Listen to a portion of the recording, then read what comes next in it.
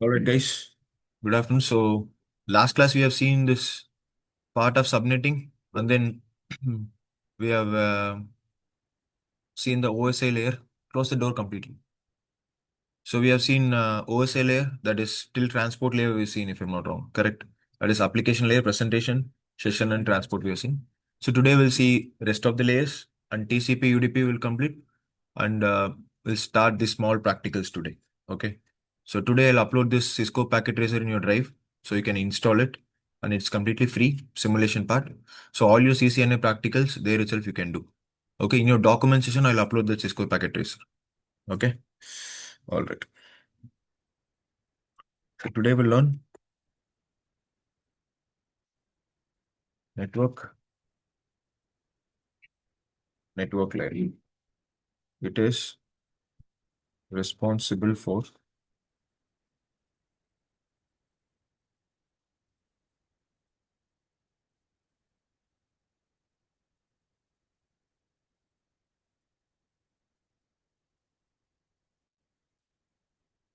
logical addressing,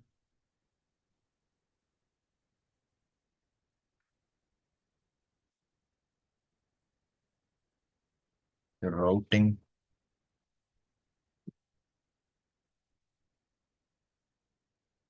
fragmentation,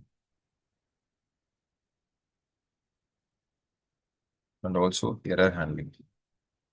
Error, error handling. That is through ICMP. Write down this.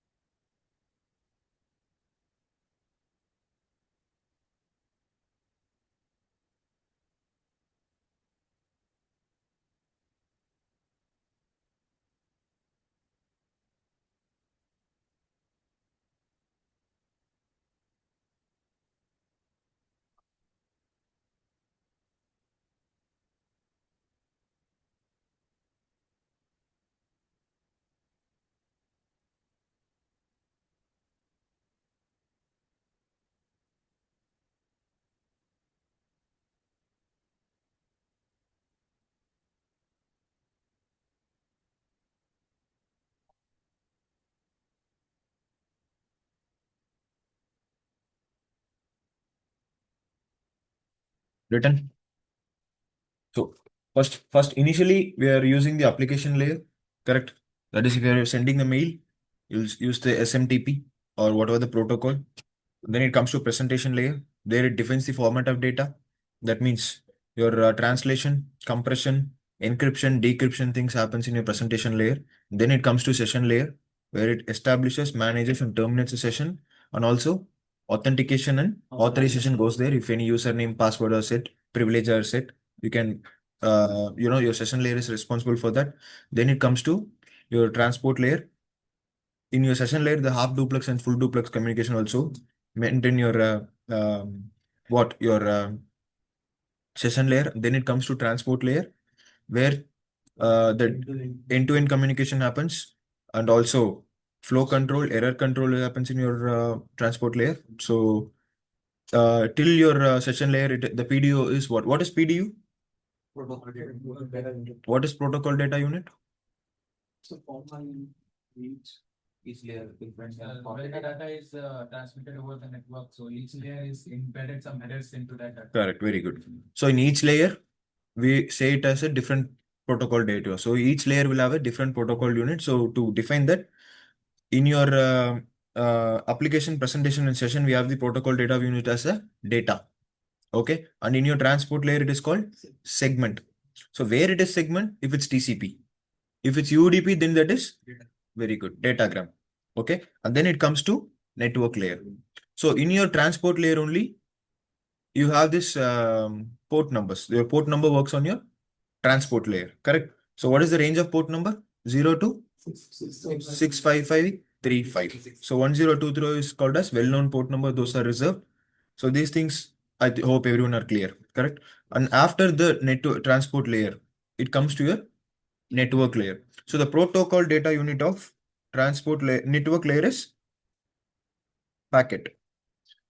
Okay. So initially it is what? An also important thing happens in your transport layer. That is what? The packet will be segmented like each segment, and each segment will have a sequence number, port number, and also checksum value. So sequence number is know the order of packets, port number for which port number I have to send the packet, and also checksum value is used for integrity of data. Correct? If someone manipulates the data in between, how we will know? Through the checksum value. If there is a change in checksum value, then you will come to know, okay, some data has been modified in between. Okay, till that I hope everyone is clear. Now network layer. So in network layer, your protocol data unit is packet. So in your transport layer, you add sequence number and port number. Correct. So in your network layer, it will add up the data. From segment, that data will be added to the packet. So it will add the segment, that means your sequence number, and also the port number. So what extra things is going to add in your network layer is your source IP and destination IP. Okay, because your logical addressing works on your network layer. Logical address is nothing but IP address. Logical address is IP address. So your IP address works on your network layer. So here in this network layer only, we are assigning the IP so that the router will understand the IP.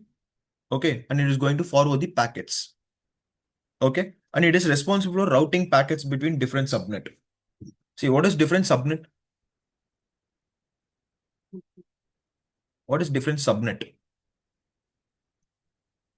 It's nothing but different network. The other name for network is subnet. Okay, so there is one network. See, we are all sitting in same room, correct? So here, if I have to talk to anyone, I can directly talk. Correct? If I have to speak to someone who is in a different room, then either he has to come here or I have to go there. Correct? So different network means you can imagine like different classroom. Okay. If you have to send data to someone, either I have to go, I have to send a student, likewise. So to send a student, I need routing. That means that person has to go through this door, that door, front door, again, he have to go through his door, and then he will be able to communicate. For that, routing is important. Without routing, you can't communicate with different networks. Okay. So routing happens in your network layer. So for routing, what you require? IP addresses. So the logical addressing, routing, and responsible for routing packets between different subnet, all that will be done in your network layer. Okay. What is fragmentation? Breaking larger data packet into small. So if the packet is very big, it will break the packet into multiple fragments and send the data. That is your fragmentation. Your fragmentation also happens in your network layer. And the protocol data unit of network layer is packet. Here, error handling is also there. See, in your network, this also error control is there. Through the checksum value, we are doing the error control, correct? On your network layer also, we have this error handling through ICMP. That means if I'm sending data to here to other network, if the data is reaching or not. Okay, how I will know that? See, checksum value is what? To integrity. If data is modified or not. How I will know that data is being sent initially to that destination? How I will come to know that? That is through your ICMP. Okay, that is your ping. Okay, so when I ping, okay, ping the address www.google.com, then I'll come to know I have the connectivity or not. If I don't have connectivity, it will say request time out. Okay, then I'll know, okay, the connectivity itself is not there. Then there is something problem in my assigning IP address or routing, or the interface might be shut down. See, whenever we do practicals, the first thing you do is you try to check the connectivity. So we are doing multiple practicals like access list, we are doing translations, we are doing routing, we are doing multiple things. But before that, what you have to check is connectivity. Once the connectivity is there, then only other things work. Any conditions, you are doing whatever practicals, connectivity should be the first thing. So that thing works on your network layer, your ping control.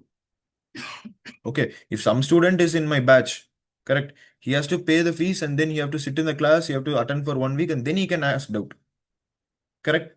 Likewise, here as IP address should be assigned, your networks, everything should be, I mean, your interface of the router, everything should be up.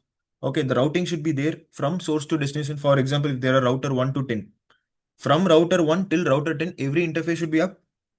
Proper assumption of IP address, assigning of IP address, and then proper routing, then only you will be able to ping.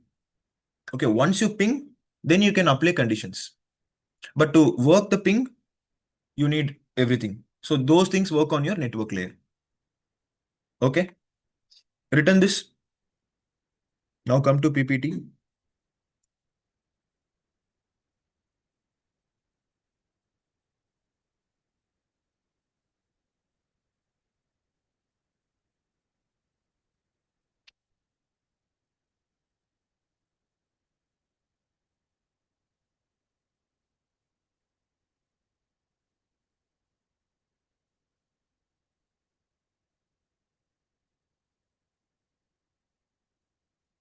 So here you can see logical addressing, routing, and path determination. See, what is this path determination means?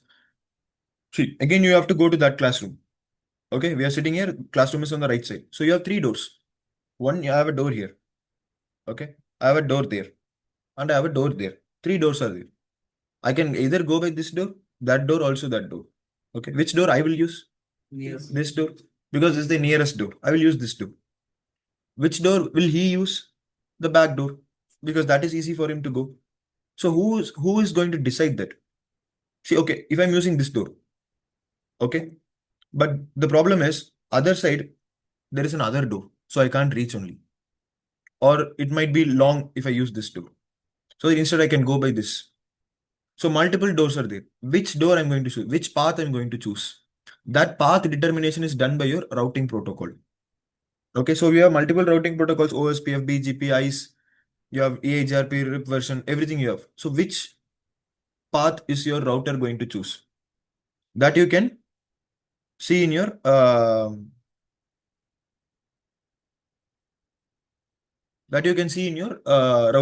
routing table. In routing table you have that. So by that you will be able to see that. So who is going to decide that how the path is going to be selected by the router? That router. So that router works on your network layer. Okay, so all your dynamic protocol decides which path to choose. So in your routing, while I explain routing, you will understand clearly. Okay, see, if I'm having 3 path, okay, I can manipulate the path in routing that you learn in CCNP. See, the packet will usually go through this way, but I can change it to that way also. And the packet which are going in that way, I can change it to this way. Everything is possible. Okay, that path determination is done in your transport layer. Okay, all right.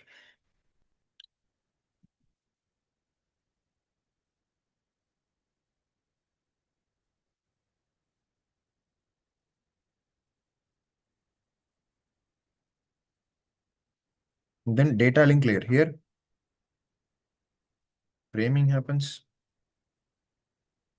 Your error detection is there, and it directs the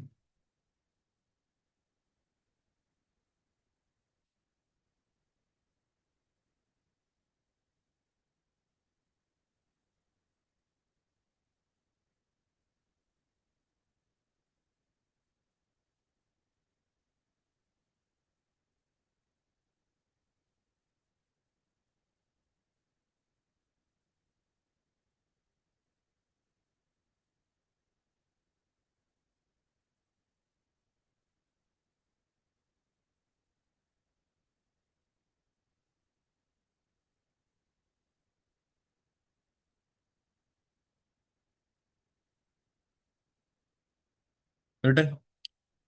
So after this data link, I mean network layer, then it comes to your data link layer. That is your layer 2. So what is the PDU of this layer means? Frame. Okay. So first data till segment session layer, then it becomes segment, then it becomes packet, and then becomes frame. So in your segment you will have the port numbers. In your frame in your packet you have IP addresses added, and then in your frame MAC address is there. Okay. Yesterday I've given you a task. What is Encapsulation. What is encapsulation? Anyone? Adding of? Adding of? One by one. You. Of a wrapper to each layer. Taking the first layer as the layer data, like in the application data. Then next layer for transport layer. No, I just want the definition. What is encapsulation? Adding of it.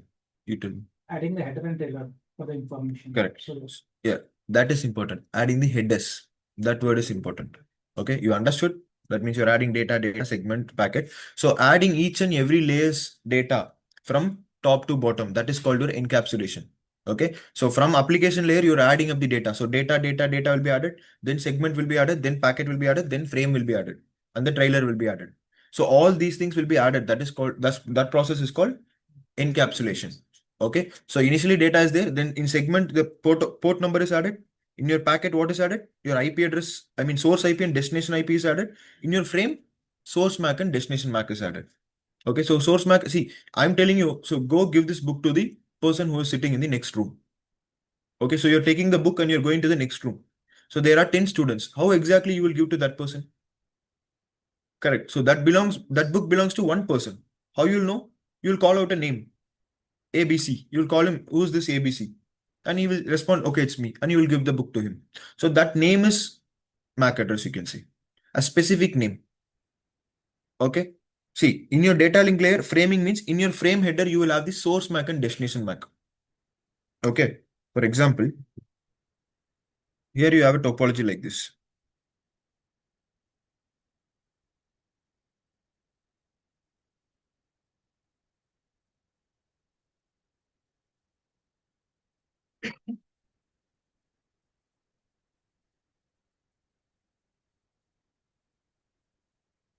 Okay. And a packet has come here to router and he's saying, send it to PC2. 1, 2, 3, 4. Okay, he is send it to PC2. So the packet will come here. In your data link layer, it will become frame here. So here, the frame will be like this. The frame packet will be here. So this switch, how does he know that I should send it to 2? Correct. He will say, okay, send it to PC2. How this switch exactly going to send it to 2?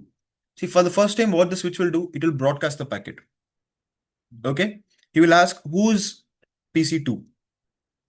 Okay. He initially will not know who is PC2. So he will broadcast the packet to 1, 2, 3, and 4. Okay. So in the frame, you will have the source MAC, destination MAC. Also in the packet, you will have the source IP and destination IP. He will see, okay, 2, I'm not 2, so he will drop the frame. 3, he will drop it, 4 will also drop it. So this is 2, right? So actual frame belongs to this person. So he will replay. He will replay to the switch.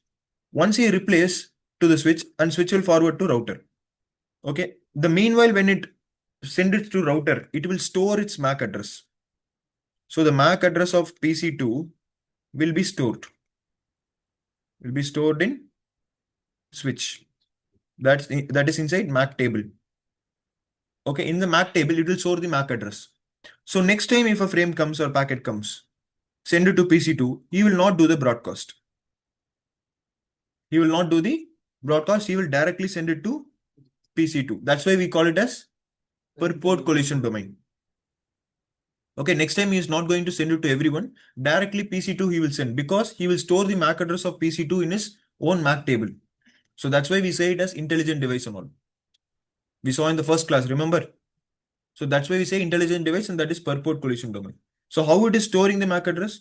Once the packet frame goes here, the MAC address of this PC2 will be registered in the switch 2.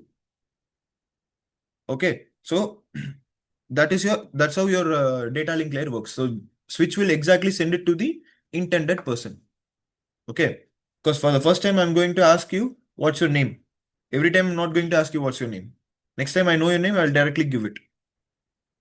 Okay, so this thing works on your data link layer. That means framing. And error detection means, see, in your frame header is like this. You have preamble, SFD. I'll show it in practicals also. You have source MAC, destination MAC, length and data and FCS you have. Okay. FCS means frame check sequence. Frame check sequence. This is just like your checksum. Okay. What is the use of FCS means? Like your checksum, you will have the value.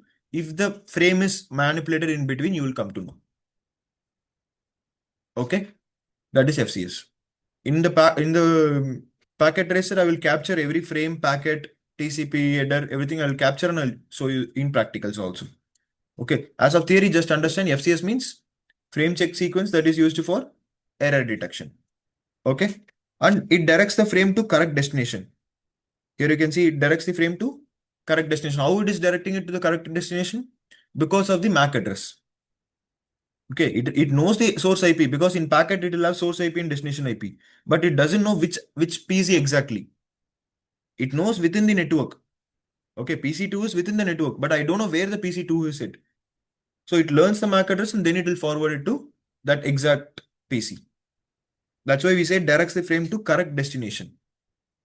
That is because of the MAC address learning. Okay. Now Sir, come. Excuse me, when the MAC address of the switch to PC2, so Mhm. then when the packet will come to exactly go to the PC2, Mhm. not broadcast. But what if the packet now I'm searching for the send it to the PC3, then it again broadcast it. Again, it will broadcast. It will broadcast and then it will send it to only PC3 will reply and it will know the MAC address. For the first time, it will broadcast to everyone. Okay. When the PC drops it's not its packet, Mhm. then it will not read its packet. No, because he's not going to send the reply. Yes, drop. Just it will drop it. He's not going to reply. See, if I'm asking who is Dinesh, you're not Dinesh. Why will you reply? Will you answer I'm not Dinesh? No, right? You'll just simply say quite same like. Okay. Now come to PPT.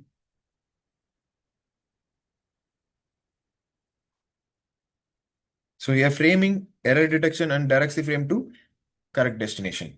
Okay. So this happens in your data link layer. And what is the PDU of data link layer? Frame.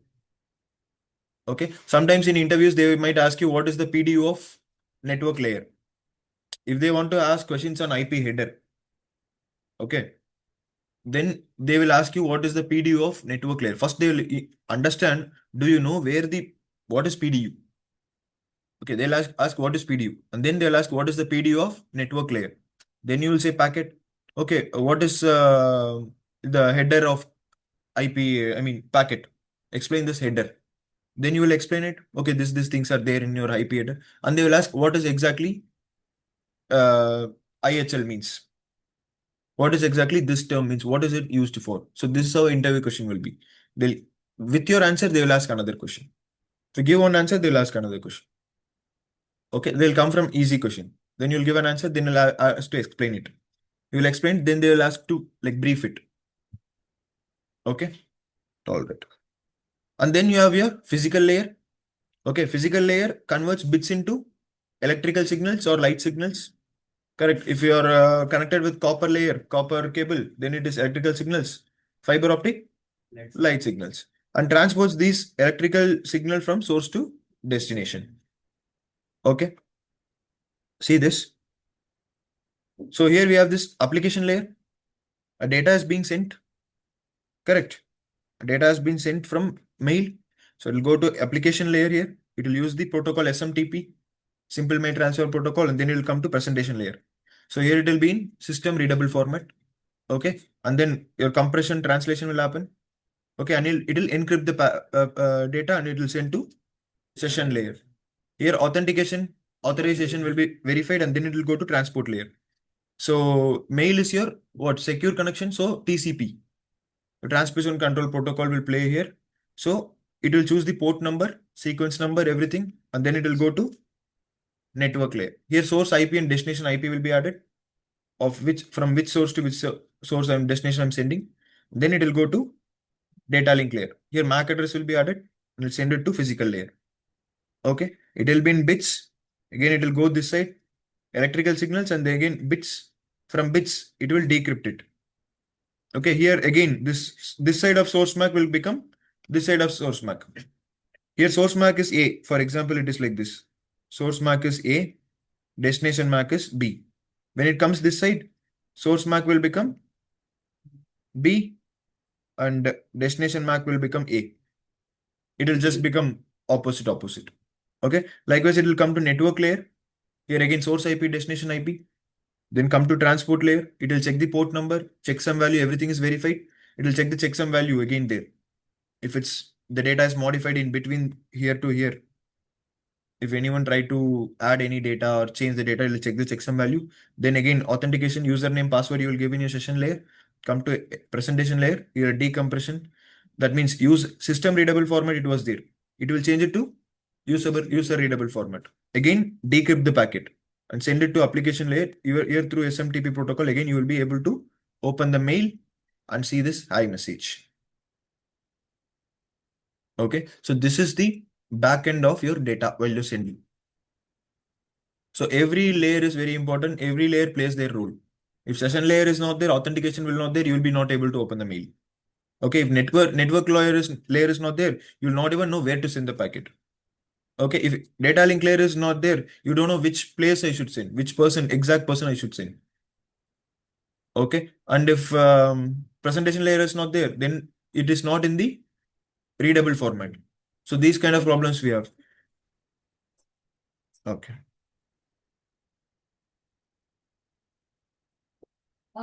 Guys, we have a study material for CCNA. Only for CCNA we have right now. So we just wanted to distribute, and I need your details as well.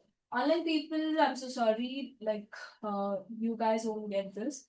Only offline students will get this study material. Can they come and get collected from here? Collected from Okay, online guys, Yeah, they can. online guys, we are distributing this lab material that is like a hardware copy. So whenever you come to NH, you just give your details and collect the books. Okay. Sure, sir. All good.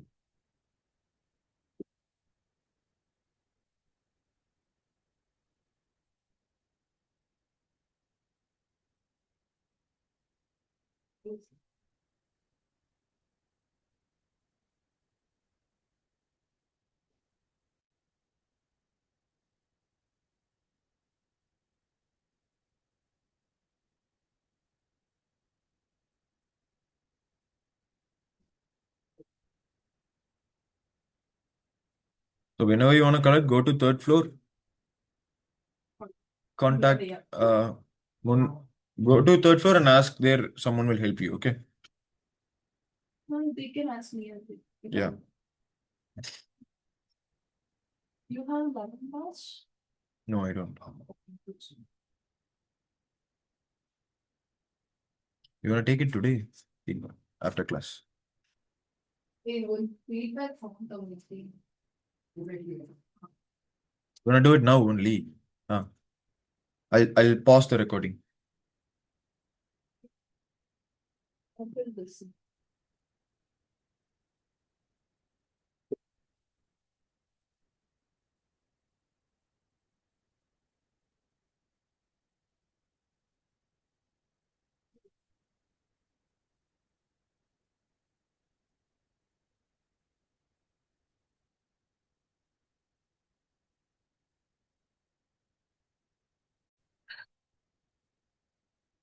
All right.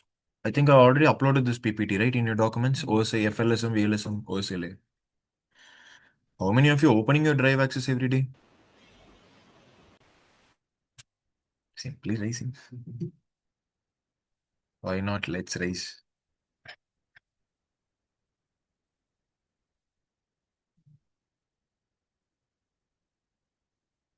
There was sometimes, I forgot to upload the PPT. Instead of documents, I uploaded in recordings. Okay. And this person is keep on asking me, send the record, send the document, send the PPT, send the PPT. It means he never opened recording tab. Correct. If you would have opened that recording tab, there the PPT is there. And then I asked, what was the last recorded uploading? He said yesterday's class. I haven't uploaded yet. All right. TCP. That is transmission.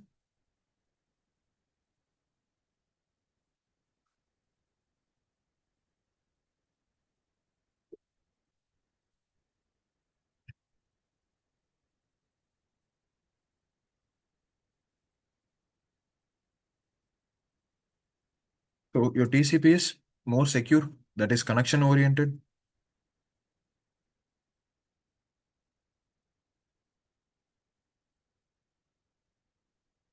It retransmits the packets.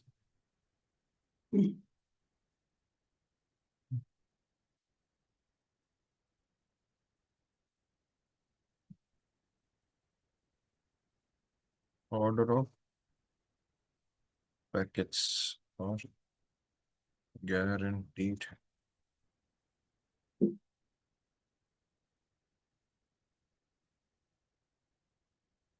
Used cases like web, we are using in web, email.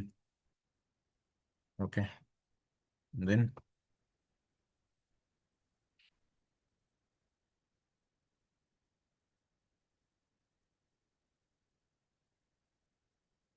it is reliable. It is reliable. It is slower.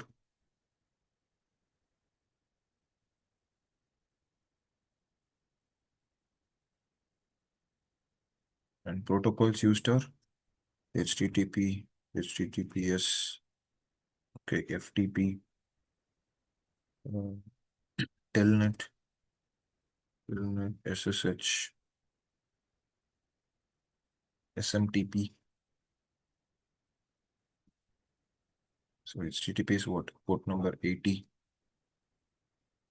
Uses port number 443. Telnet uses 23. SSH 22. SMTP uses 25. Your FTP uses 20, 20, 21. Okay. And protocol number is of TCP is 6. Okay. Then you have UDP, that is user datagram protocol. Protocol number is 17.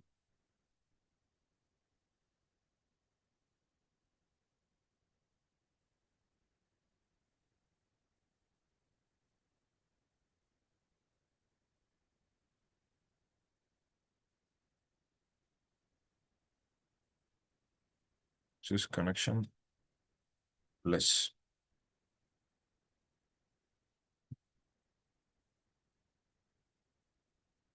Send, it's not retransmit. So not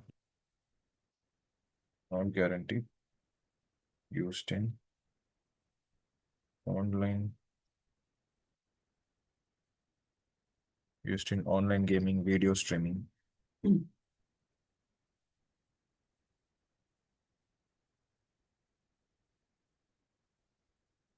Unreliable. Is faster. Protocols used are DHCP. DHCP uses 67 for client and 67 for server and 67 for client and 68 for server. Okay. And then you have DNS 53, TFTP 69, NTP 123,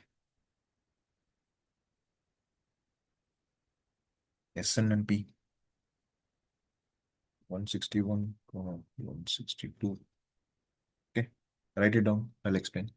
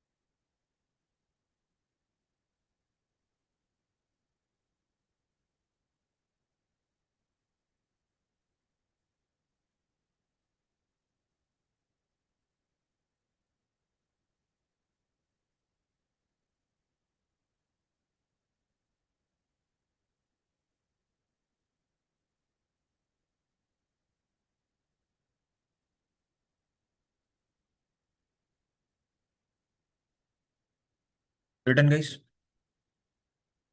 So here you can see TCP transmission control protocol. So in your which protocol carries the data? That is your transport layer, TCP IP. So that works on two protocols, TCP and UDP. So TCP is transmission control protocol and works on protocol number 6. Okay. And it is connection oriented. See, this connection oriented, it retransmits lost packet, order of packets are guaranteed, it is reliable. All these four. Okay, I'm going to teach you this 3-way handshake and 4-way handshake. If you understand that and if you understand the headers, you will understand this clearly. Okay, first you've written this. Now we'll see what is this 3-way handshake, what is this 4-way handshake, and we'll see the header of TCP, header of UDP. And then again we'll come to this. Okay. So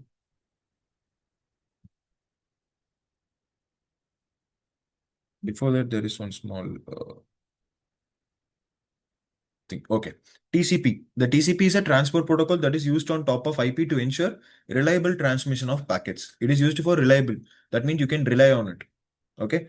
So TCP includes mechanism to solve many of the problems that arise from packet-based messaging such as lost packets, out of order packets, duplicate packets, and corrupted packets. It is going to make it more secure. And it is not going to make, it is going to make sure that it is not corrupted. Okay, and I can, if I lost the packet again, I can ask for that packet and the person will send it back to me. Okay, all this works on your TCP but not in your UDP. Okay, why means because TCP uses 3-way handshake in packet flow. So before a connection starts, if I have to send data to source to destination, okay, this TCP 3-way handshake will go. So what is this 3-way handshake means? To establish connection. For what it is used? To establish a connection. To establish a connection, we are using this TCP 3-way handshake. Okay. So initially, so there are 6 flags in your TCP. How many flags? 6 flags. They will ask you in interview. One is SYN. Other one is acknowledge. Then you have finish. You have reset. You have push. And then you have urgent. URG. Okay. There are 6 flags in your TCP. So here we are seeing this SYN flag. Okay, first initially the client will send synchronize SYN flag. That is, sequence number will be sent on this first SYN flag. He will send, hey, I want to establish a connection, and he will send a set number to 0. And he will send a packet to server. Okay, I wanted to start a connection with you, and this is my sequence number 0, and he will send it to you. And then server, what he will do? He will say, okay, you wanted to make a connection.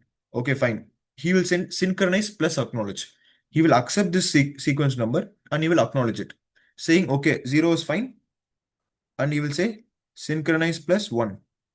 That means what? I accept your sequence number and my acknowledgement number is 1. Once he sees this acknowledgement number as 1, the client will understand, okay, he accepted my sequence number and he has acknowledged it also. So I will acknowledge him back. This is okay for me. Again, he will send 1 back to the server.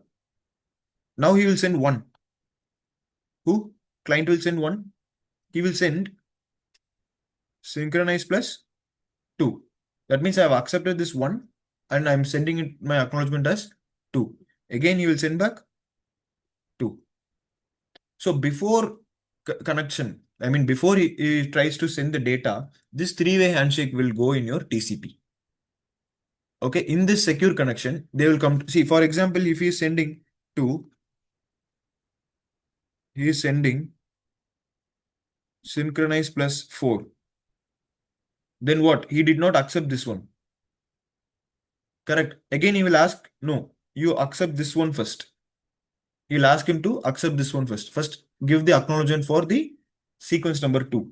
Then again, he will send synchronize plus 3. Then he will say 3. So likewise, they both will agree to send data to each other. This is called your TCP 3-way handshake. Okay. And there is no such thing called your handshake in your UDP. UDP is simple but fast. That's it. UDP is simple but fast. It is not secure. Where the UDP works means you're online streaming video gaming. That means, see, you're watching this cricket matches, IPL. Okay. What you're doing, you go to your Geo Hotstar, correct? You'll give the username, whatever username, they will check whether you're subscribed or not. Okay. And then they will give you the authorization to go inside and watch the match. So while you're watching match, you'll click the link and you'll simply watch the match. Can you make any alteration? No. So the sender is simply sending the data. And what you're doing, you're receiving the data. That means you're seeing. Once you disconnect and go, will it affect the sender? No. He doesn't care if you're watching or not. His duty is to what? Simply send the message. That is UDP. You're playing PUBG online game. Correct? That is what? Your UDP. That means you want very fast communication. You're not worried about the secure communication. You're just worried about fast. Correct? You are playing, that means multiple people are connected online and you're playing this online game. Correct? What if it's very slow? The enemy will come and kill and take all the loot. Correct? So you need faster connection there. So that's why UDP is used in your online gaming and video streaming, but not in data transmission. Okay, in data transmission, always TCP is preferred and we are using only TCP, not UDP. Okay, this is your three-way handshake. To what? Establish a connection. And come to four-way handshake. This is three-way handshake. And this is four-way handshake. What is the use of four-way handshake? Used for session termination. First, you have established a connection. Now you want to terminate a connection. How a termination happens? This is used for termination. Termination. I mean to end the connection. So first, the client will be saying, okay, fin, because we have 6 flags, correct? Sin, acknowledge, finish, reset, push, and urgent. So here finished flag is used. He will send the finished flag and PC to say, okay, acknowledge, you can finish it. And he will send his own finished flag. And he will say, he will acknowledge to this one. And then the session will be terminated. First, he is sending the finished flag. He will send both finished flag plus acknowledgement. Okay, okay, acknowledge you want to finish. I will also finish from my side. Then he will acknowledge that finished flag. Then the session is terminated. So this process is happening only in your TCP, not in UDP. Okay. So they might ask you how many handshakes are there in as of a CCNA level interview. They will ask how many handshakes are there. Then you say 2. What are the 2 handshakes? So 3 TCP, 3-way handshake that is used for our establishing connection, and 4-way connection handshake is used for terminating. They will ask, explain this 3-way handshake. So initially client will send the synchronized packet. Okay, flag in that sequence number is there, and then again the client server will respond with sequence number plus acknowledging it. That is SYN plus acknowledge. Okay, here you can see first SYN, then SYN plus ACK. That means synchronize segment plus sequence number plus acknowledgement number. Again, he will acknowledge it. So this is the process of 3-way handshake. And then in your 4-way handshake, your finished flag is sent. Again, he will acknowledge it and he will send his own finished flag. Again, the client is sending the finished flag, acknowledged flag, and he is terminating the session. Okay. Come to UDP. So UDP is a lightweight datagram protocol. UDP protocol number is 17. Here, UDP uses a mechanism to detect corrupt packets. That means there is a checksum value in your UDP header also. Okay, that's why it is used to detect corrupt packets. But it does not attempt to solve other problems that arise in packets. Okay, see, I'll explain you. Here you can see this is the TCP header. This is the UDP header. See, only four sections are there. That means source port, destination port. You have length and checksum. Only 4. But whereas in your TCP, you can see multiple things are there. So through this checksum only, we are saying that UDP can detect the corrupt packets.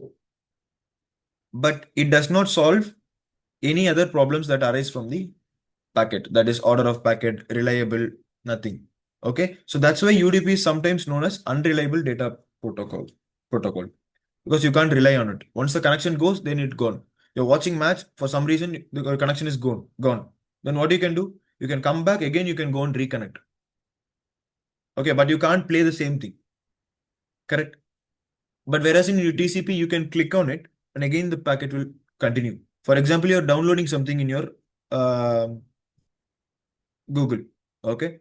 The download is on the way. It was half of it, but suddenly power went off or whatever, your Wi-Fi got disconnected, then what will happen? Your download will be paused. It is not going to go completely. That means the connection is still there. Your TCP connection is not there. It is not terminated until you close the tab. Okay. So that's why the downloading will be passed. Again, once you connect to your Wi-Fi, you can go and resume it so that you'll get the downloaded file completely. Whereas in UDP, if you're watching a news channel or something, suddenly if something goes off, then connection is completely gone. Again, you have to reconnect it. So that's why we are saying it is unreliable. Okay. See, they will, in an interview, they will ask you a question like, what is TCP and UDP? You will simply say, okay, this is the protocol number, this is that, this is used in this. Okay, tell me the difference. Okay, this is secure, this is unsecure, reliable, not reliable. Order of packets are guaranteed, order of packets are not guaranteed. Okay, it retransmit the lost packets, it doesn't retransmit every point you will give. They will ask you why. That is the question they wanted to ask initially. Okay, but they'll slowly go saying that why. Then you have to explain this 3-way handshake, 4-way handshake. You have to explain this is the header in your UDP, so it doesn't go through these things. Likewise, your answer should be there. Understood? Okay. See, in UDP packet flow, so receiver is requesting and sender will keep on giving the response. There is nothing called sequence number or acknowledgement number, nothing. Simply, I'm going to watch a match. I'll go to Hotstar, I'll click the link. I will keep on seeing the live telecast. Once the live telecast is over, simply they will disconnect it. Correct? And then if you want to disconnect in between, you can. Again, you can join. Again, you can disconnect. It's all up to us. Once you request, data will be keep on sending it. That is your UDP. So that's why in your faster communication, we are using this. I'm not worried about the secure thing. I just need this communication to be fast. Then we are using UDP. Okay.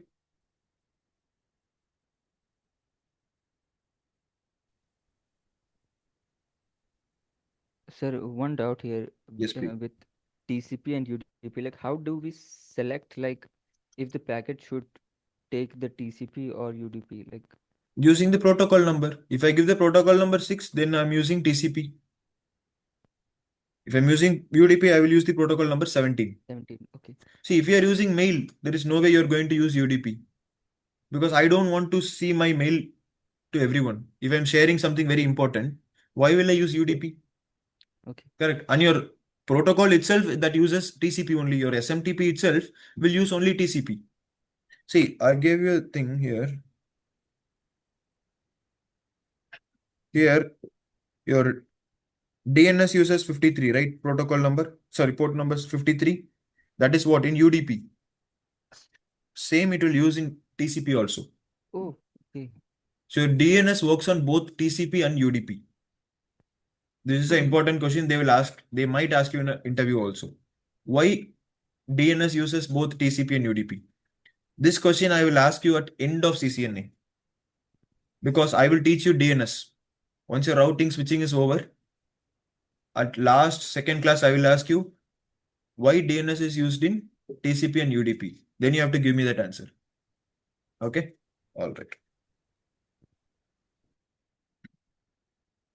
Is your doubt clear? Who asked me this? Yeah, Prashant. this was Prashant. Yeah, Okay. it's clear, sir. Okay. Now we'll see TCP header.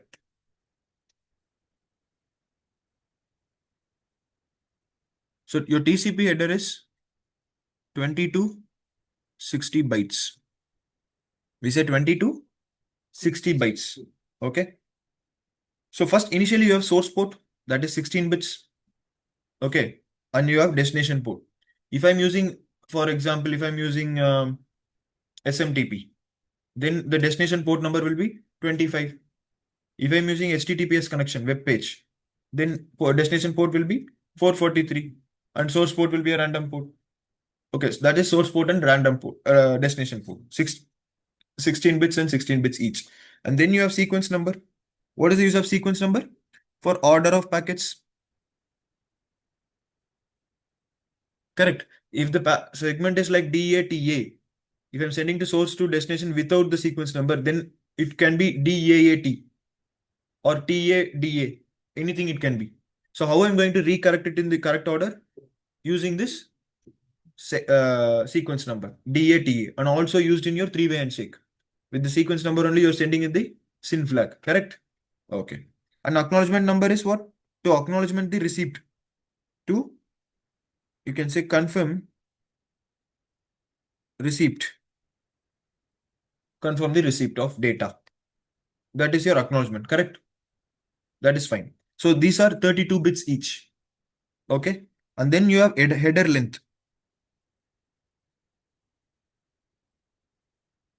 Header length. That is specifies the length of TCP header. The header length is specifies the length of TCP header. How much value is your TCP header? How many bits is your TCP header? That your header length will decide. Okay. And then you have this reserve bits. Always it is set to 0. Okay. For future use, we are using it. Future use, if you want to set any this urgent flag or push flag or anything, then you are using this reserved flag until and unless it is set to 0 only. Okay. And then you have 6 flags. Okay. Synchronized flag is used for in your three-way handshake for sequence number. Acknowledgement flag is used for receipt. Correct. And then finish is to send the, to finish the connection between client and server. Then you have reset flag. If you want to reset a communication. Okay, if I'm sending a data, I'm not able to send it, what I will do? I'll again use the refresh button and then the connection will go back again. So that is your reset value. I'm not going to cut the termination and come out again. I'm not going to the mail. Instead, I'm clicking the reset button so that again the communication will happen. So that's why it is reliable. It retransmits the lost packets. Okay. This is reset packet. And then you have urgent and push. Urgent flag means the data is marked as urgent. Urgent means data is marked as urgent. Okay. If that data is not urgent, then it will be set to 0. Here you see urgent pointer, right? 16 bits. Only if this data is sent to this urgent flag is on, then this urgent pointer comes into picture. Okay. Otherwise, we are not going to use this urgent packet, urgent pointer. It is used only if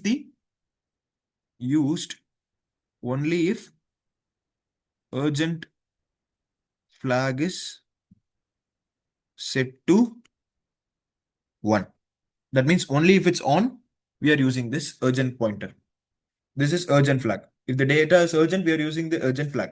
And then push flag you have. What is push flag means? It pushes data immediately to the application. That means it will not keep it in buffer. There are multiple packets, and if the push packet is on, then immediately it will send that packet first, not the other packets. That is your push flag. Okay. And then you have window size. Window size means how much data your receiver is ready to accept. That is your window size. How much data your receiver is going to accept from you. That is what? Flow control. See, in your OSI layer, I explained this flow control, the speed of data. Correct. He was sending it in 50 Mbps, but he can only accept 10. So he will say, reduce the speed. And he is sending in only 5 Mbps. I can accept up to 20. So increase the speed.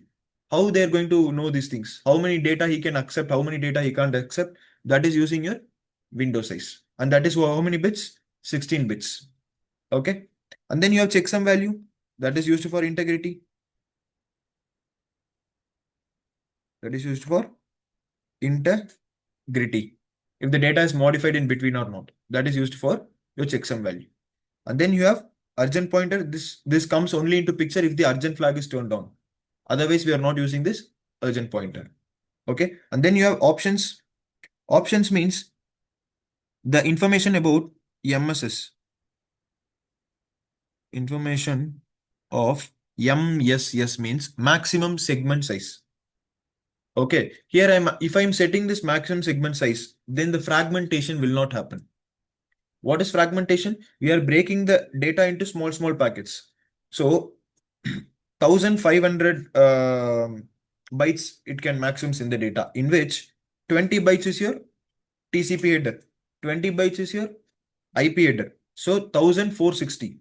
So it will set within the 1460.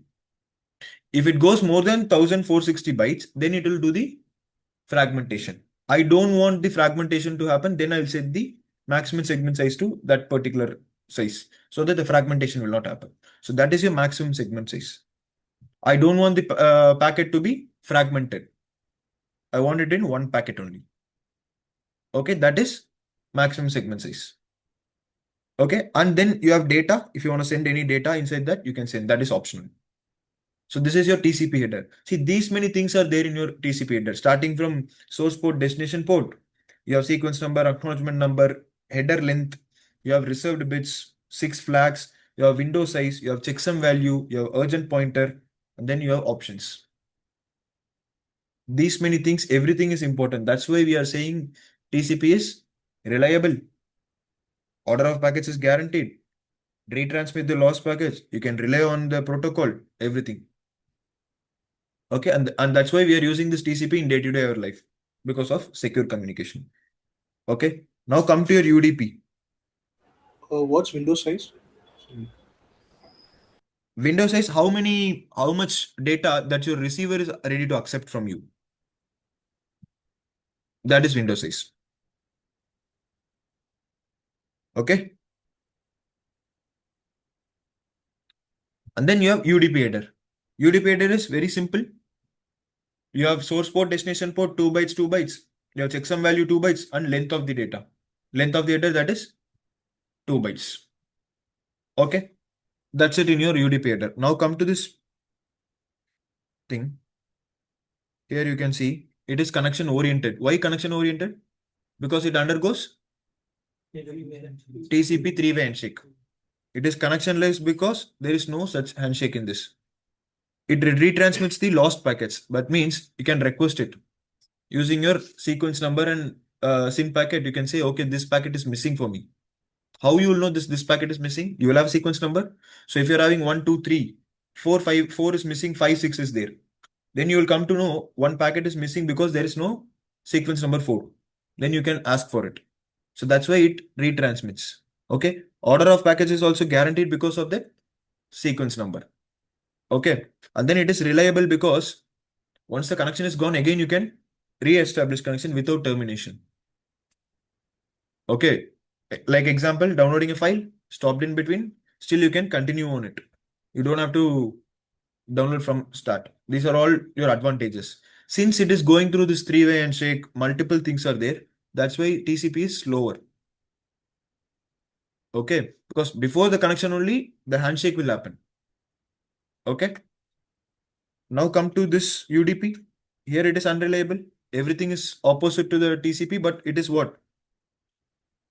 It is simply faster. It is simply faster. That advantage we have. And some certain cases we want the faster communication, like your online gaming or video streaming, or if I'm taking a backup of a remote, I don't want this secure communication. I just want to keep the communication there. This TFTP. This is an important practical. I will take you after some time. Like after switching, I will take these practicals. Okay. And SNMP means it is a managing protocol. Here, TCP communication is not required. And again, DHCP means what? You're getting an automatic IP. So in these communications, we are not doing any TCP. Okay. So whatever you're using, for example, this DNS, if I'm using www.google.com, I don't want to get into TCP all the time. Okay. So I will use only the UDP protocol so that it will be very fast. So according to the need of our daily use, we are using these protocols. Okay. So this is your TCP and UDP. So we have completed important topics, that is like from starting network components, IP addresses, subnetting is over. Then we come to OSI layer. There we have seen all the 7 layers, each layer. And then we come to this TCP UDP. We have seen the header of TCP UDP, 3-way handshake, 4-way handshake, differences between TCP and UDP. Okay. Now from today, we'll start small practicals. So every day there will be practicals. Okay. So today, like I said, I'll upload the thing in your documents. So please do install and keep it. Everybody have laptop, right? Is there anyone who don't have laptop? No, everybody has. So try to do the practicals each and every day. Okay, get used to it. Okay.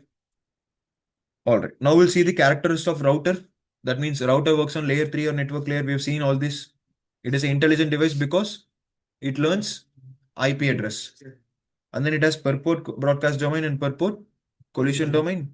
And router uses IP addresses to communicate. Okay. So here we have components of router. Okay, so in a router, you have ROM, RAM, NVRAM, flash, bootstrap, and post. So what does this ROM means? It stores saved configuration. That is, it is used to help boot the iOS image. Okay, your iOS image will be booted in your ROM. That is ROM. RAM means what? It stores running configuration. That means if I'm going to configure something on the router, that will be stored in my RAM itself.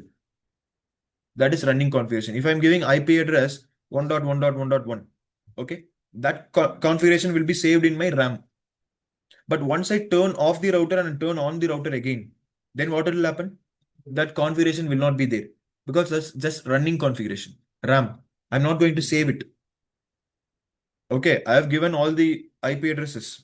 Okay, and I have given all the access control list or whatever. I've created everything in my router. But I've turned off the router and again I turned it on. Then what will happen? Every configuration will go because I have not saved it in the NVRAM. Okay, once I'm going to give all the configuration router, I'm going to save it. Where I will say, I will save it in NVRAM. That's where the startup configuration will be saved. Now, if I turn off the router and again I have turned it on, then the configuration will not go. Okay. And what is this flash? It contains your operating system. Okay. And bootstrap means, see, first post. Post is there.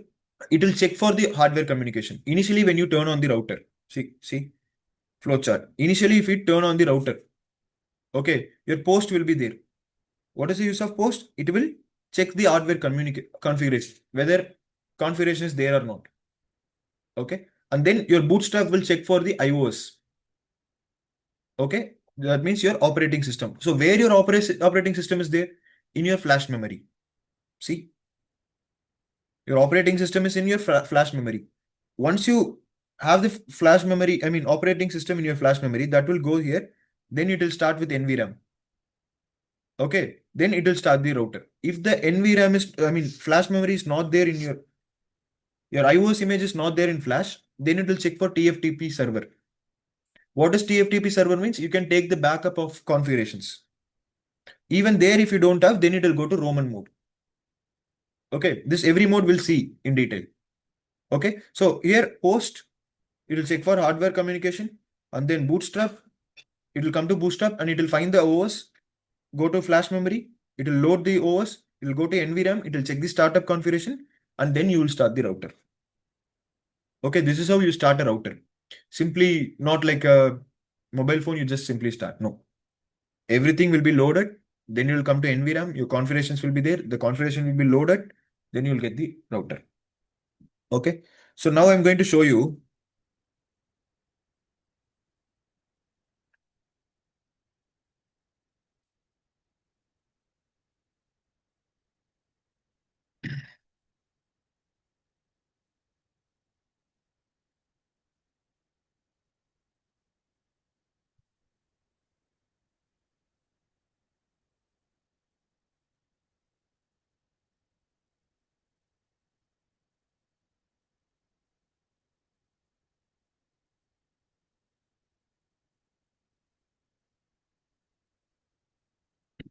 Okay.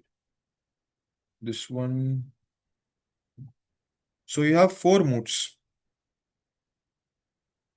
Actually 5 modes, but now we are going to see only 4 modes. The 5th mode I will show it in the end of CCNA. Okay. First is user.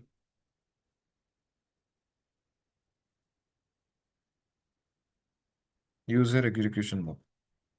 Then you have privilege mode. Then you have global config mode. Then you have interface mode. Okay. Then you have Roman mode.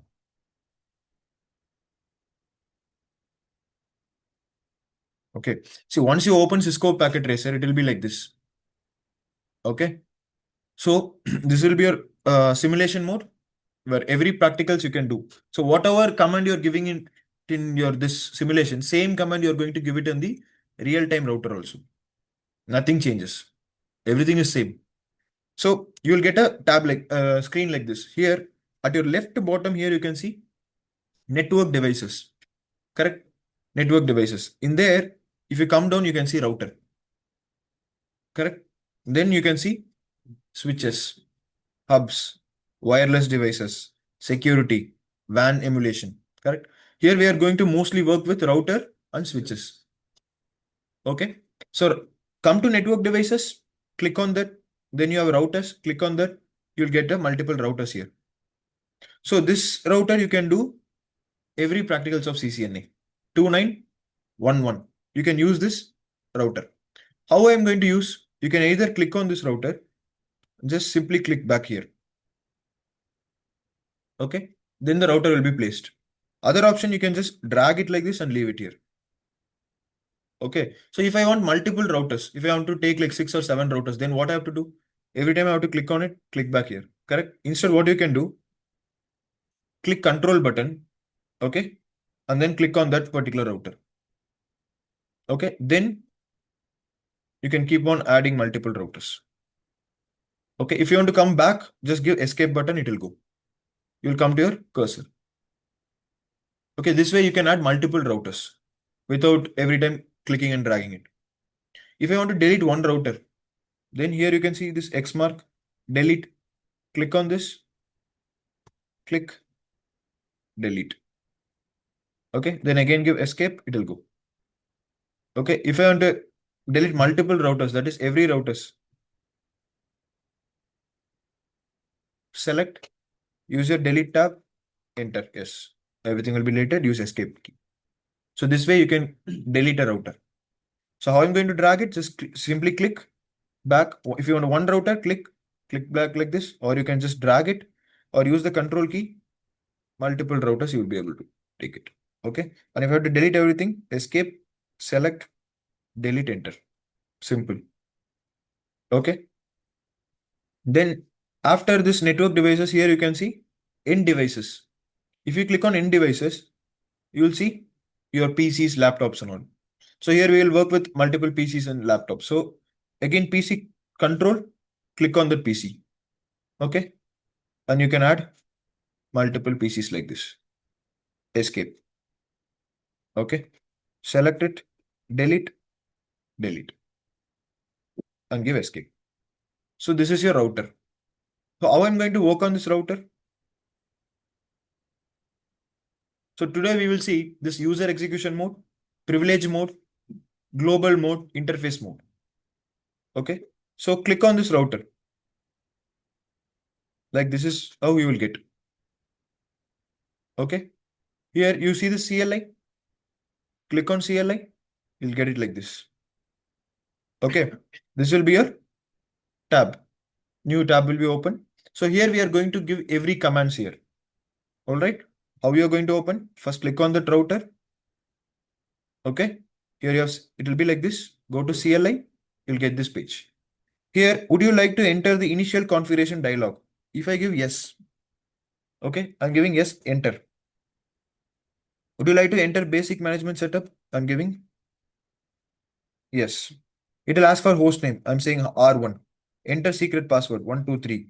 Enter enable password 1234. Virtual terminal password 123. And you want to maintain SNMP? No. Service management, like it will keep on asking multiple questions. By default, that thing will be there. You're going to give the information, but I don't want this. I want to configure according to my need. So what I'll do, I'll simply turn off and turn on again. Now it will reload the image, your OS image. Then you will get the same tab. See. Now I'm going to give no. Okay. Enter, enter. This is your user execution mode. What mode? User execution mode. See this PPT?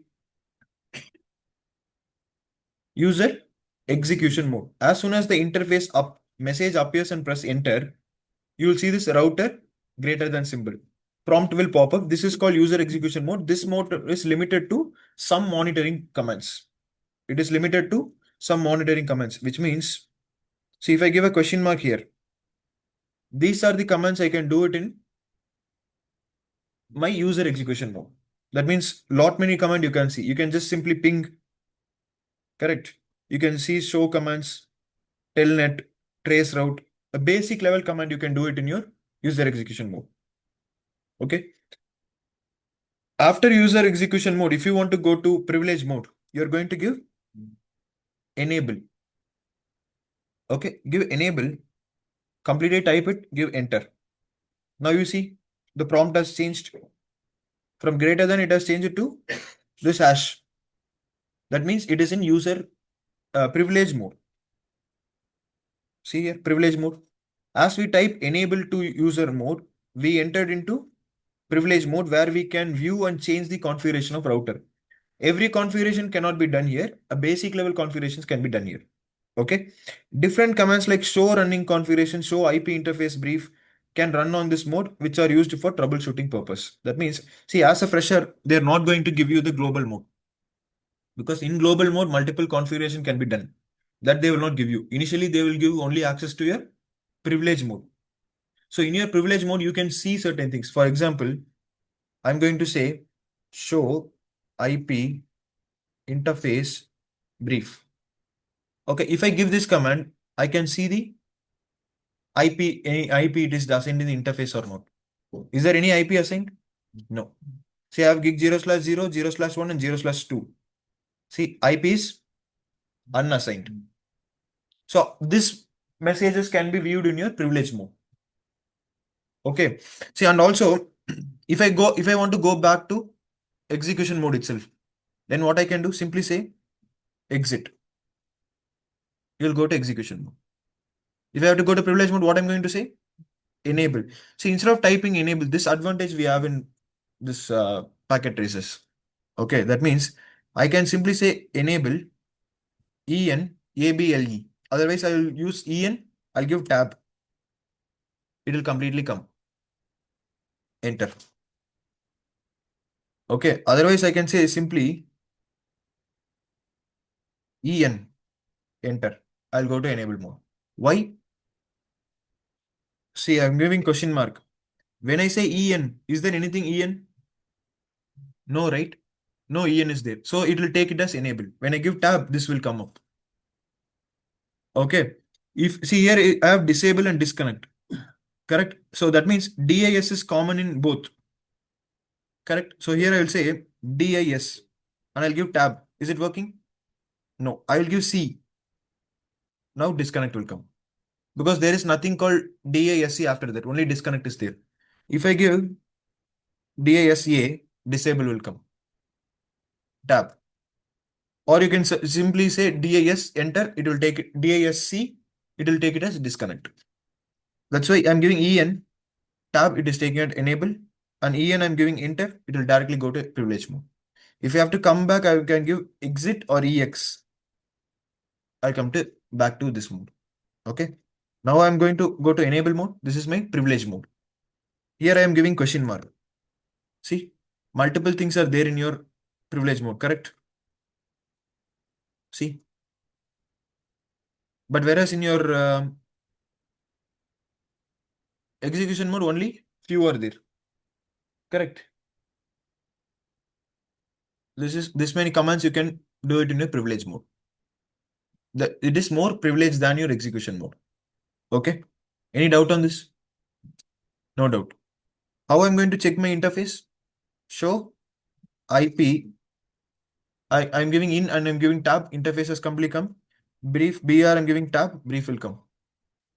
I can see it. Or I can simply say sh IP int br. Show IP interface brief. Enter. Still I'll be able to see.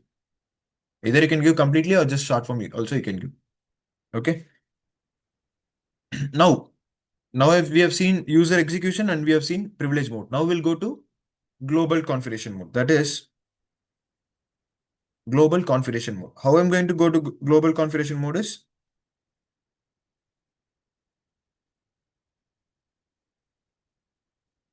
here I'm going to say configure terminal. Okay, I'm saying configure terminal, enter. Here you can see it is in global configuration mode. Router config. It is not just hash. You have config. This is your config mode. Okay, in this mode, see how I entered this mode?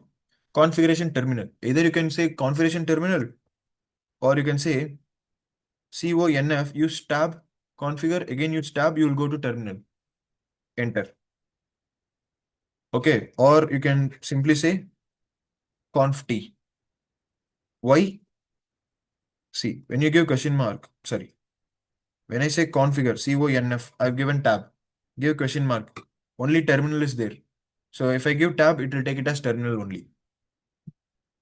Okay. And here also you can see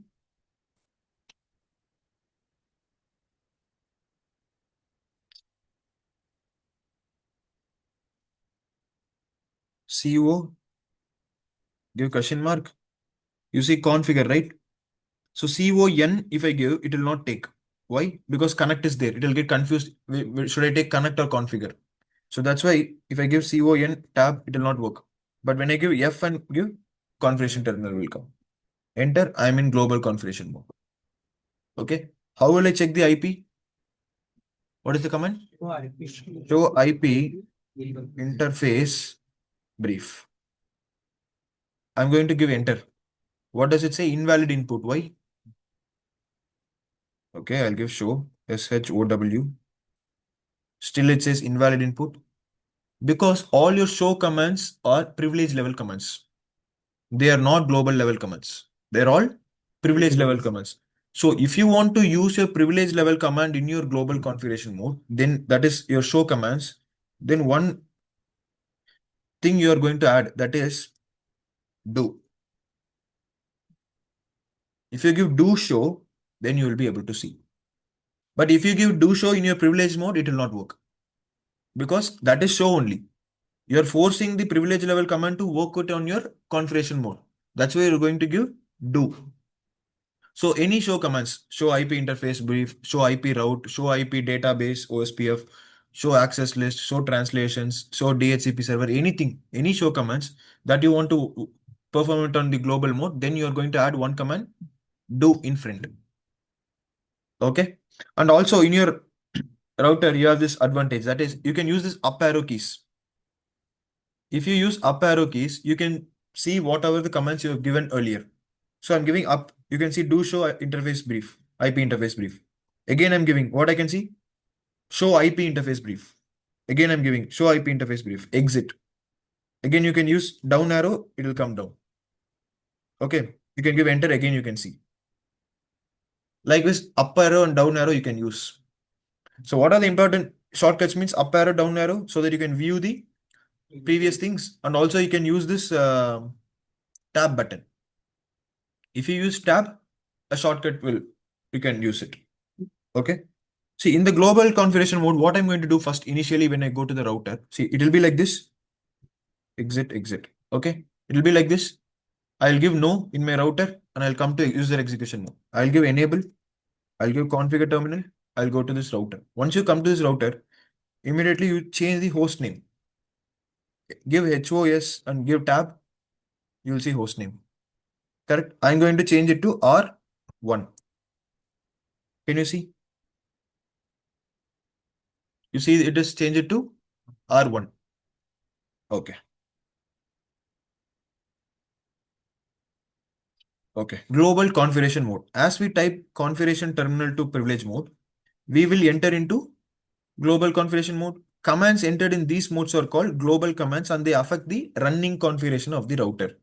So any command that you give on the global configuration mode will go to running configuration. Okay, what is this running configuration? I'll tell you. So in this mode, different configuration like making local database on router by providing username and password can set enable and secret password, etc. That means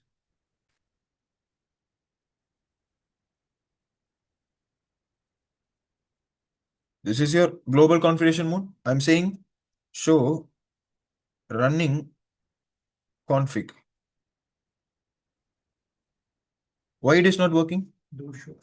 Correct. You have to give do show. Why? Because this is global mode.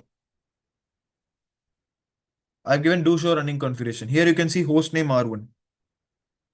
Configuration I've given, right? R1 that you can see. Whatever command you give it in the configuration mode, that will affect the running configuration. How to check the running configuration? Show running config. Write it down. First, you can write down like this.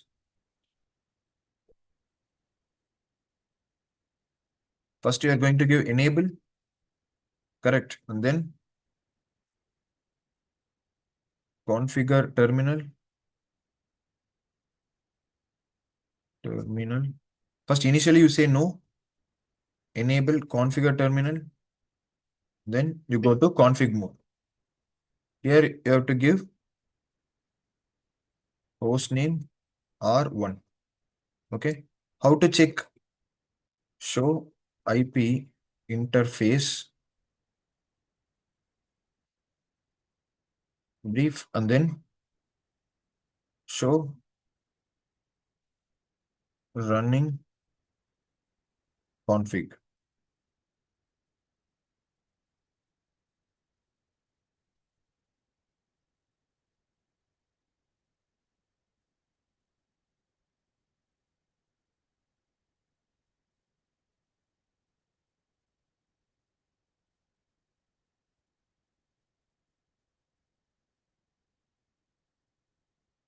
I want everyone to install the packet tracer today. Okay. And go through if you want, you can go through the recording once again and do the practical completely today. Because from tomorrow, I'm not going to explain this basic things. Directly, I will go enable configure terminal. I'll go to the interface mode. I'll assign the IPs. Okay. Then don't feel like, oh, sir is going fast. No. So today itself, you should do it like multiple times, not one time. You have to do at least 3 times so that you will get to that used to it, the IP addresses and basics of routers. Okay. So now I've given host name, correct? Now I'll do one thing. I will enable the password. I'll say enable. Okay. Password. I say pass and I've used the tab. I got the password. I'm going to set password as 123. Enter. Okay. It has taken it. Now, if I have to go to the execution mode directly, what I'll do? Exit. But instead, I'm going to say end. Sorry. End, exit. That is interface level. Okay. I'll say exit. Now I'm in which mode? Execution mode. And you can see it is R1. Instead of router, it is R1. Why? Correct. Because we changed the host name to R1. I'm going to give what? Enable, enter, and it will ask for password. Because I've enabled the password in my global mode. Enable password 123. So I'll give 123, enter. Now I'll come to privilege mode. Now I'll use configure terminal. Go to global mode. Give exit. You'll come to privilege mode. Show running config, enter. Now you can see enable password is there. Initially it was not there. Okay. How I will remove it? How I will remove the password? So say enable password 123 and before you say no. No enable password. No enable password you're going to give. Now I will exit. Here I am. I will say enable. Directly I'll go to privilege mode. Okay. Configure terminal. Now I will come here. So when I said enable password 123, correct?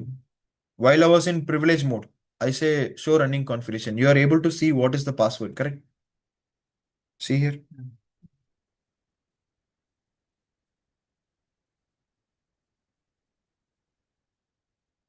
Where is it?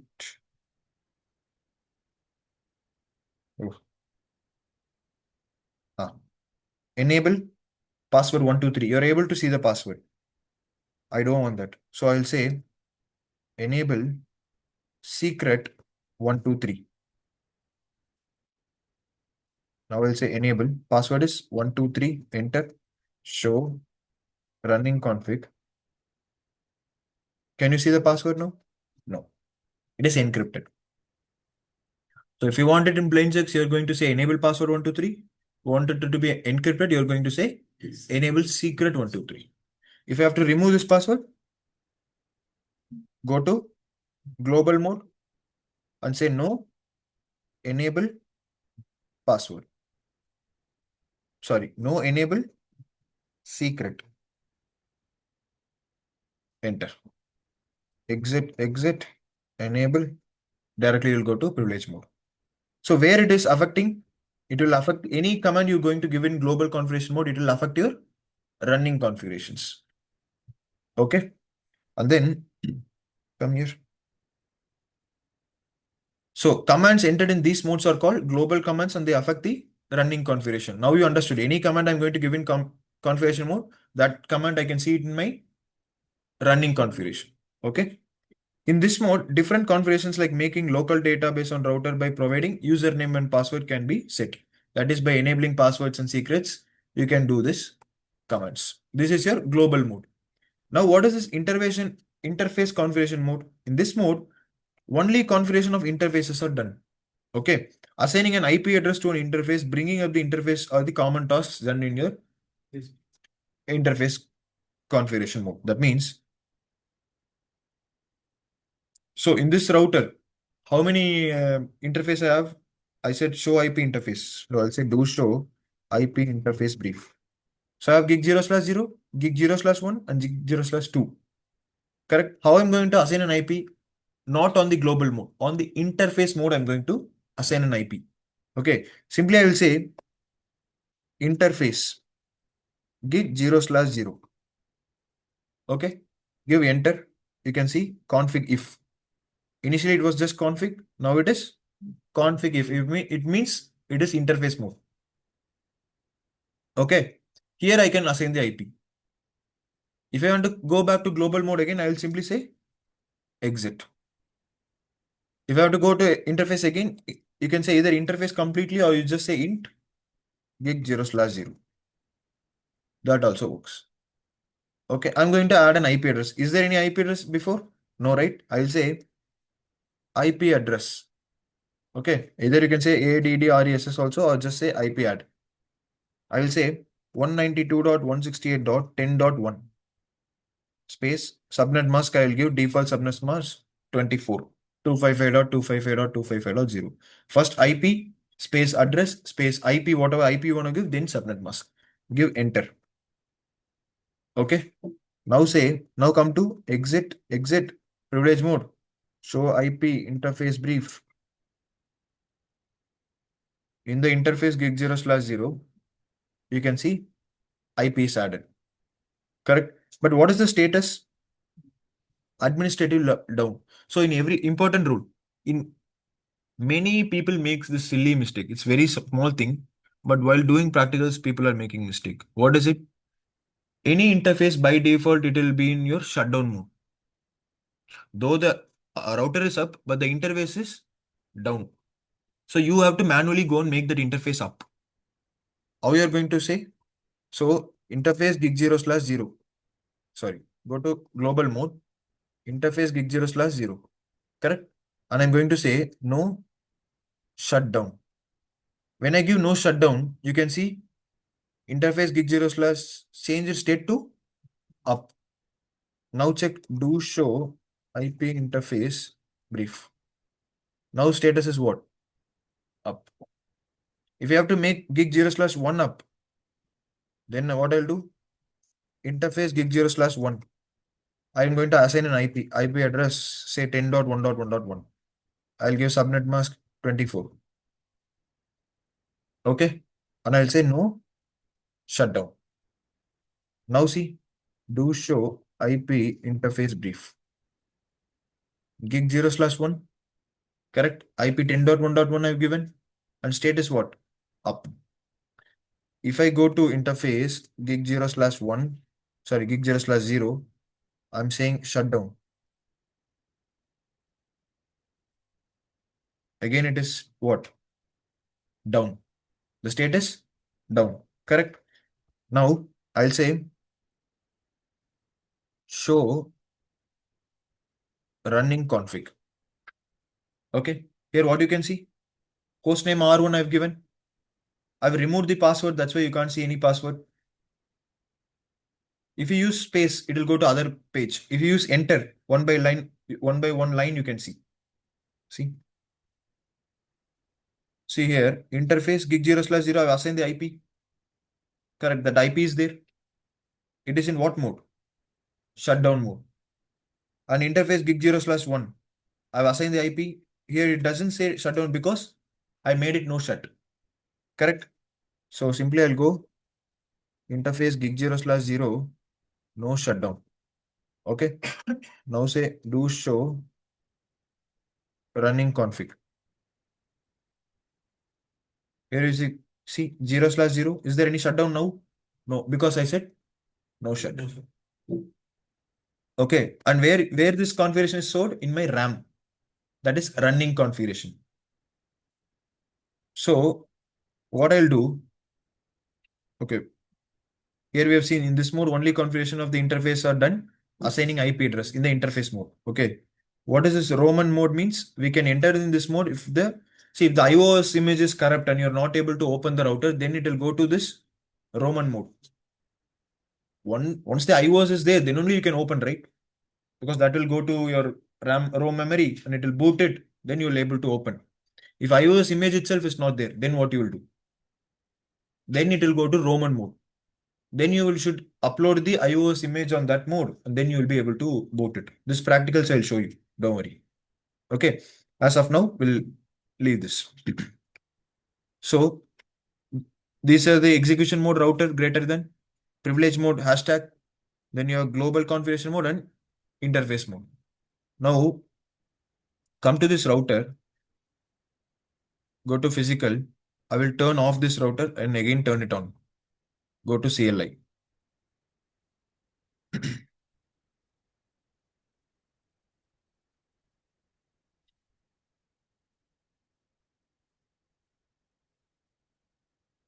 Now they're asking yes or no. What should I give? No. Enable. And I'll say show running config. Is there any running config here? Hostname is what? By default router. And is there any IP address assigned? No. Because why? Because it is in RAM memory. It has been saved in RAM memory and it is not saved in NVRAM. So what I'll do, I'll go to configure terminal. I'll change the hostname to R1 again. Interface gig 0/0. I'll add the IP 192.168.10.1. Okay, I'll say no shutdown. Interface gig 0/1. I'll add IP 1.1.1.1. No shutdown. Okay. Now I'll say exit, do show running config. Now you see hostname, IP addresses are there. Okay, how I'm going to save it in my NVRAM? Very simple command. Okay, go to privilege mode and say write. Okay, or just say WR. That is also fine. Give enter. Building configuration. Okay, it hasn't built in your NVRAM. Okay, or go to configure mode, config terminal. Here you can say do write. Okay. Wait, I will say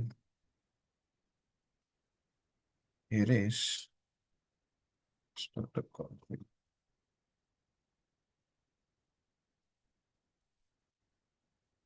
I will say show running config. I have it. Okay. I will say show startup config. Is there any startup config? Startup config is not present. So what command I'm going to give? Write. Correct. Now see, show startup config. Now you will have it. R1 is there. You can see the IPs. Correct.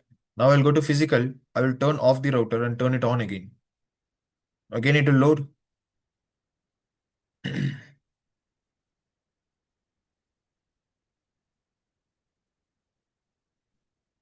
Enter. And directly you can see R1 instead of router. See difference. Give enable, show, running config. Now you will see R1 is there. IPs are like automatically it's already been saved. So always when you do the practicals, you can save it in the startup configuration so that the configuration is not deleted. Okay. So this is how you do it. So what you have done, we went to the router, we have seen execution mode, enable, go to privilege mode, and then there you can see the show commands, all the show IP interface brief, show route, every show commands you can see there. Come to global mode, configuration terminal, there you can change the host name, you can enable password, enable secret password. So whatever commands you're going to give in your global mode, that is going to affect your running configurations. Okay, and then to assign an IP, you're coming to interface mode. Come to interface, you're going to give the IPs. All right, see. Configuration, interface gig 0/1. Okay, so now I have to go to privilege mode. What I will do? Exit. Instead of that, I am going to say end. Directly, I'll go to privilege mode. And you can say show IP interface brief. Then you will see.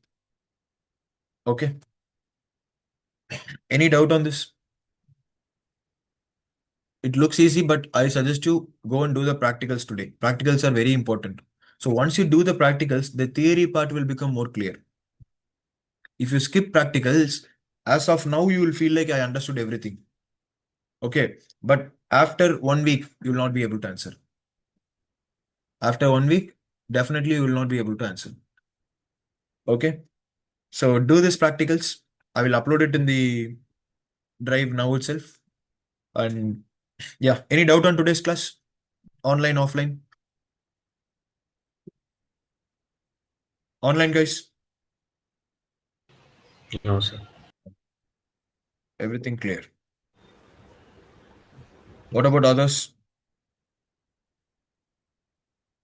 Yeah, clear. Yeah, all right. Offline, all clear. So do the practical today, tomorrow, and I'll see you guys on tomorrow. Okay. All. Thank you, guys. You can leave the meeting.